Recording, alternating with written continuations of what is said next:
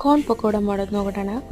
corn, ಈರುಳ್ಳಿ, ಮೆಣಸಿನ್ಕಾಯಿ, ಕರ್ಬೇವಿನ ಸೊಪ್ಪು, ಕೊತ್ತಂಬರಿ ಸೊಪ್ಪು, ಚಿಲ್ಲಿ ಪೌಡರ್, ಧನಿಯಾ ಪೌಡರ್, ಗರಂ ಮಸಾಲ, ಚಾಟ್ ಮಸಾಲ, ಜೀರಿಗೆ ಪೌಡರ್, ಆಮ್ಚೂರ್ ಪೌಡರ್, ಉಪ್ಪು, ಕಡಲೆ ಹಿಟ್ಟು, ಅಕ್ಕಿ ಹಿಟ್ಟು ಹಾಗೂ ಮಿಕ್ಸಿ ಮಾಡ್ಕೊಂಡಿರೋ ಕಾರ್ನ್ ಇದಿಷ್ಟನ್ನು ಹಾಕಿ ಮಿಕ್ಸ್ ಮಾಡಿಕೊಂಡು ನಾವು ಏರ್ ಫ್ರೈಯರ್ಗೆ ಎಣ್ಣೆನ ಸ್ವಲ್ಪ ಸ್ಪ್ರೆಡ್ ಮಾಡಿಕೊಂಡು